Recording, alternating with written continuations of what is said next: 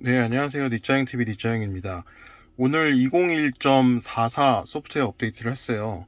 제가 외출했다가 운전하는 중간에 2021.44.6을 다운을 받고 거기서 주차를 하는 동안에 설치를 했는데 보니까 두 가지 정도밖에 업데이트가 안 됐더라고요. 그래서 이거 내가 기대했던 게 아니었는데 라고 다시 집으로 돌아오는 길에 2021.44.25.2가 추가적으로 업데이트가 됐어요. 그래서 그거를 다운받아서 지금 설치를 한 상태고요. 근데 한눈에 봐도 많이 바뀌었어요. 지금 가장 큰 변화는 밑에 이렇게 색깔이 들어갔다는 거 보시면 원래 있던 뭐 통화 메뉴, 그다음에 카메라, 그다음에 뭐 이건 달력인 것 같고요. 잘 안 보일 텐데 핸드폰으로 찍고 있어서 이거는 달력이고요. 이거는 에너지 그래프가 보이는 거 보니까 충전량인 것 같아요. 이런 식으로 원래 하단에 바에 있었던 내용들이 지금 색깔이 입혀졌다는 게 가장 큰 눈에 보이는 특징인 것 같고요. 또 하나의 특징은 공조 버튼이 작아졌어요. 네, 요건 이따 잠깐 이야기를 하도록 하고요. 일단 릴리즈 노트를 좀 봐볼게요. 소프트웨어. 그 다음에 쭉 가서 릴리즈 노트를 보면 이제 2021.44.25.2에 어떤 것들이 업데이트가 됐는지를 보여줄 텐데 오래 걸리네요. 예. 보면 뭐 유튜브에서도 많이 보신 분들 계실 텐데 라이트 쇼 기능이 생겼어요. 그래서 언제든지 테슬라가 화려한 조명 쇼인데 소로 돼 있네요. 조명 소에 맞춰 춤추는 모습을 지켜보십시오. 이건 쇼겠죠? 예, 오타인 것 같습니다. 그리고 사용자 지정 가능한 앱 관리, 앱 시작 관리자. 이건 뭔지 봐야겠네요. 이렇게 마음대로 원하는 거를 바에다가 밑으로 내려서 끌어쓸 수가 있나 봐요. 그렇네요. 이런 건 괜찮은 기능 같아요. 간소화된 제어. 내비게이션 미디어 및 가장 일반적인 기본 컨트롤에 중점을 두도록 디스플레이가 간소화되었습니다. 네, 일단 이것도 넘어갈게요. 그 다음에 사실 가장 정말 혜자스러운 업데이트는 이거 같아요. 저도 지금 방금 업데이트를 받아서 써보진 못했지만, 그러니까 블라인드 스팟 모니터링이라고 하죠. 블라인드 스팟 디텍션이라고도 하고, 블라인드 스팟 카메라라고도 하는데, 지금 사각지대 카메라를 보여주는 거예요. 그래서 방향지시등을 켜면은, 이 뭐 좌측 방향지시등을 켜면 좌측 카메라, 우측방 카메라를 보여주고, 우측 방향지시등을 켜면은 우측에 있는 우측방 카메라를 보여주는 건데, 이거를 보고서 이제 차로 변경을 하면은 조금 더 안전하게 이중으로 볼 수 있으니까 이 미러로도 볼 수 있고 그다음에 카메라로도 볼 수 있고 이중으로 볼 수 있으니까 조금 더 안전하게 차로 변경을 지원할 수 있게 해주는 것 같고요. 붐박스 메가폰 이런 거 나머지는 뭐 게임 관련된 것 같은데 저는 게임 크게 관심 없어서 우퍼 오디오도 개선 사항이 됐네요. 서브 우퍼를 조절할 수가 있대요. 추운 날씨 개선 사항 이런 것들은 종종 업데이트가 되는 거고 자동 시트 히터 1열 시트 히터가 실내 환경 및 실내 온도 조절 설정 온도에 따라 시트 온도를 조절할 수 있습니다. 이런 것들을 자동화하는 걸 되게 좋아하더라고요 테슬라는. 그 다음에 블랙박스 클립 관리. 블랙박스 클립을 관리하는 것도 조금 더 쉽게 할 수 있게 돼 있나 봐요. 이런 것들이 있어요. 그래서 사실 이 중에서 제일 눈에 띄는 거는 어쨌든 뭐 재미로 보면 라이트 쇼인 것 같고요. 이건 나중에 제가 한번 해보고 싶네요. 저도 사람들 많이 없는 데 가서. 그 다음에 앱 시작 관리자 같은 경우는 이런 것들도 유용할 수 있을 것 같아요. 원하는 것들만 여기다 끌어서 쓸 수 있는 거라면 제가 그렇게 이해한 게 맞는지 모르겠는데 만약에 그게 맞다면 정말 바로 쓸 수 있는 것들만 이렇게 가져와서 쓸 수 있게 해주면 좋은 것 같고요. 사각지대 카메라, 이게 사실 가장 메인인 것 같습니다. 이거는 사실 굉장한 게 일반 다른 모델 같은 경우는 이거를 옵션으로 구매해줘야 되는 건데 이거를 그냥 OTA로 업데이트 해줬다라는 거는 소비자 입장에서는 굉장히 좋은 일이죠. 그리고 사실 OTA 업데이트로 결국에는 나중에 수익을 얻을 수 있어야 하는 게 제조사의 목적일 텐데 지금 테슬라의 OTA 히스토리를 보면 제 기준에서는 굳이 있으면 좋지만 공짜로 해주면 좋지만 돈을 주고서 내가 받고 받고 싶은 것들은 없었거든요, 솔직히 말씀드리면.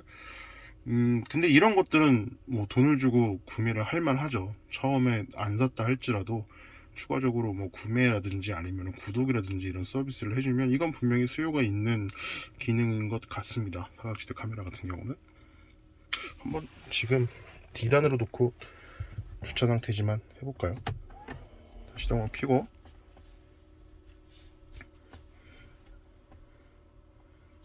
그래서 깜빡이를 아직은 안되네요. 주행 중이 아니라서 그런가? 네, 이거는 나중에 여긴 주차장이니까 나중에 해보겠습니다. 네, 다시 B단으로 놨고요. 제가 그냥 한 가지 또 눈에 띄는 것 중 하나는 이 공조 버튼인데요. 이게 지금으로서는 이게 좋은 거다 나쁜 거다라고 판단이 어려운데, 왜냐하면 일단은 공조 버튼은 안전과 관련된 버튼이라고 보셔야 돼요. 공조 뭐 에어컨, 뭐 히터 이런 게 뭐가 안전 버튼이야라고 생각하실 수도 있지만, 여기 보시면 디프로스트 버튼이 두 개가 있죠. 앞쪽 프론트, 그다음에 리어 디프로스트 버튼이 두 개가 있는데, 우리가 날씨에 따라서 운전하다 보면은 이 윈드실드가 갑자기 성에가 끼거나 습기가 찰 때가 있는데, 그때는 시야를 확보를 해야 되니까 바로 공조 버튼을 이용해서 디프로스트를 해줘야 되는 거잖아요. 그렇기 때문에 이 지금 테슬라 같은 경우도 정말 수많은 메뉴들이 이렇게 원뎁스 이상을 누르고 들어가서 쓸 수 있게 터치스크린에 구성이 되어 있었음에도 불구하고 이 공조 버튼만큼은 이 아래 바에 바로 직관적으로 눌러서 쓸 수 있게 기존에 되어 있었거든요. 지금도 물론 가장 앞단에 있죠. 근데 예를 들어서 제가 지금 주행 중이라고 하고 갑자기 디프로스트 버튼을 켜야 되는데 눌렀더니 지금 눌렀더니 이런 메뉴가 떴어요. 여기서 이제 공조 버튼을 작동하라라고 원뎁스를 추가해 버린 거예요. 근데 이게 좋은 건지 나쁜 건지 제가 모르겠다라고 말씀드린 거는, 일단은 원뎁스로 누르고 들어가는 건 안 좋아진 거예요. 여기서 바로 눌러서 내가 공조 버튼을 작동할 수 있게 해야지 좋은 건데, 한번 누르고 들어가서 원뎁스로 들어가서 작동해야 되는 건 안 좋은 거죠. 근데 좋아진 것도 있어요. 이거 제가 저번 유튜브 방송에서 한번 지적을 했던 건데, 공조 버튼을 눌렀다, 프론트 디프로스트를 눌렀다, 그러면은 대부분의 사람들은 온도 조절을 하거나 아니면 풍량 조절을 할 거란 말이죠. 왜냐면 급격하게 이거를 디프로스트를 해야 되면은 누른 다음에 풍량을 세게 해야지 성에가 금방 없어질 거잖아요. 습기가 금방 없어질 텐데, 그러려면 기존에는 디프로스트 여기 있던 거를 누르고 여기 에어컨 버튼 누르고 들어가서 조절을 막 했어야 됐어요. 근데 지금은 오히려 한 번만 누르면, 여기서 한 번만 누르면 이제 에어컨 UI가 나오니까 여기서 바로 디프로스트 누르고 풍량 조절하고 이렇게 할 수가 있어요. 온도 조절은 여기서 있기 때문에 조금 다시 이렇게 손이 밑으로 내려와야 되는 상황인데, 어쨌든 이거는 개선이라고 볼 수도 있을 것 같아요. 지금 제가 이렇게 막상 눌러보니까, 그때도 제가 영상을 찍으면서 지적했던 게 뭐냐면, 디프로스트 버튼 누르고 끝나는 사람은 없다. 대부분은 여기서 팬 조절을 하고 온도 조절을 한다. 그래야지 성의를 금방 없앨 수 있으니까. 그렇기 때문에 이게 같이 떠졌으면 좋겠다라는 말을 한 적이 있는데, 물론 뭐 제 말을 들은 건 아니겠지만 어쨌든 그렇게 됐어요. 디프로스트 버튼을 누르면 공조 UI가 바로 떠서 내가 그 다음 행동을 별도의 조작 없이 바로 할 수 있게 만들어줬습니다. 이걸 얘기해놓고 보니까 이거는 분명한 개선인 것 같기도 하네요. 예. 그래서 여기서 뭐 공조 버튼, 열선 핸들도 있고요. 네. 그리고 그때 영상에서도 제가 얘기를 했었어요. 사실 이렇게 누르고 그럼 안 건드리는 사람도 있을 거잖아요. 디프로스트만 사용하고 안 건드리는 사람이 있을 테니까 이거 그냥 몇 초 있다가 안 건드리면 꺼지면 되거든요. 보세요. 제가 이거 공조 버튼 누르고 지금 한 5초, 6초 지나니까 지금 없어지잖아요.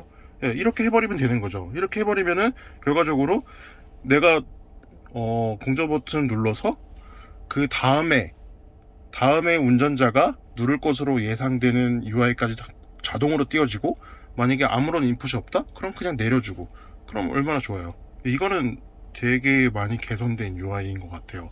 어떻게 보면 블라인드 스팟, 아까 후측방 카메라를 추가해 준 것만큼이나 제 관심사 입장에서는 굉장히 좋은 변화인 것 같습니다. 그리고 여기서 보시면은 이 메뉴들 중에 조금 특이하게 바뀐 게 있어요. 페달 및 스티어링, 이게 이제 가속을 뭐 컴포트 표준으로 하느냐, 스티어링을 컴포트 표준 스포츠로 하느냐, 정지 모드를 뭐 크립, 롤, 홀드를 하느냐, 이런 것들인데, 원래는 주행 모드였었거든요. 네, 보통 우리가 이런 건 주행 모드라고 많이 표현을 하죠. 뭐 노멀, 스포츠, 에코 모드 이런 식으로. 근데 44.6을 다운받고 보니까 이게 페달 및 스티어링이 아니라 기존의 주행 모드였던 게 주행 중 사용량으로 바뀌었어요. 그래서 뭐지, 사용량? 에너지 사용량을 이야기하는 건가? 물론 이런 것들이 다 에너지 사용량과 연결이 있긴 하지만 그렇게 직관적으로 와닿는, 우리가 이걸 하면서 에너지를 생각하지는 않는데, 물론 뭐 정지 모드 같은 경우는 좀 그렇기도 하겠죠. 그랬는데 네, 어쨌든 다시 44.25.2를 업데이트 받고 나니까 페달 및 스티어링으로 바뀌었네요. 네. 페달 및 스티어링이 어떤 형태로, 뭐 컴포트냐, 표준이냐, 스포츠냐, 아니면 크립이냐, 롤이냐, 홀드냐, 어떤 모드로 갈 것인지를 설정해주는 메뉴가 어쨌든 이렇게 바뀌었다는 거고, 충전 안내는 원래 있었나? 모르겠네. 주행 거리계라는 게 추가가 된 것 같아요. 저는 이런 건 못 본 것 같은데. 그 내비게이션도 업데이트가 아마 됐다라고 들었어요. 뭐 이 정도인 것 같아요. 저도 이제 써보면서 조금 더 뭐가 있는지 보고 들어가서 이제 릴리지 노트를 하나씩 좀 읽어보면서 뭐가 있는지를 찾아봐야 될 것 같은데, 제 입장에서, 제 기준에서 중요하게 생각하는 거를 말씀을 드리면, 요약드리면, 일단 이 공조 버튼이 바뀌었다라는 거 큰 변화인 것 같고요. 그 다음에 말씀드렸듯이 이 카메라,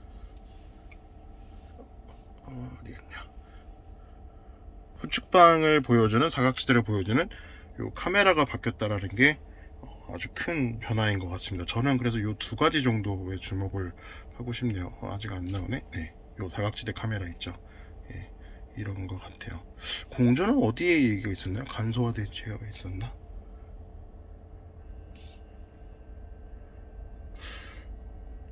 공조 얘기는 사실 되게 중요한데